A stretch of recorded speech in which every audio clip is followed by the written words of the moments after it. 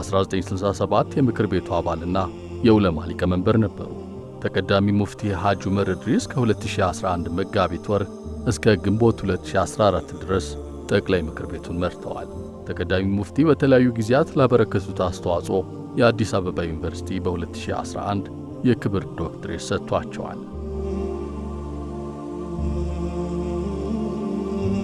በተቀዳሚ ሙፍቲ ሐጂ ዑመር ኢድሪስ ህልፈት የወቅቱ የኢትዮጵያ እስልምና ጉዳዮች ጠቅላይ ምክር ቤት ፕሬዝዳንት ሼህ ሐጂ ኢብራሂም ቱፋ የተሰማቸውን ሐዘን ገልጸዋል።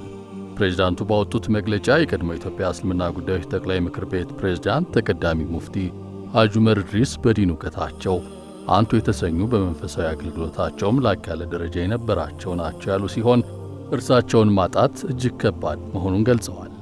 ጠቅላይ ምክር ቤታችን ሕጋዊ ሰውነት እንዲያገኝ እስላማዊ ባንኮች እንዲቋቋሙ የሰሩት ታላቅ ሥራ በታሪክ ሲታወስ ይኖራል ያሉት ሐጂ ኢብራሂም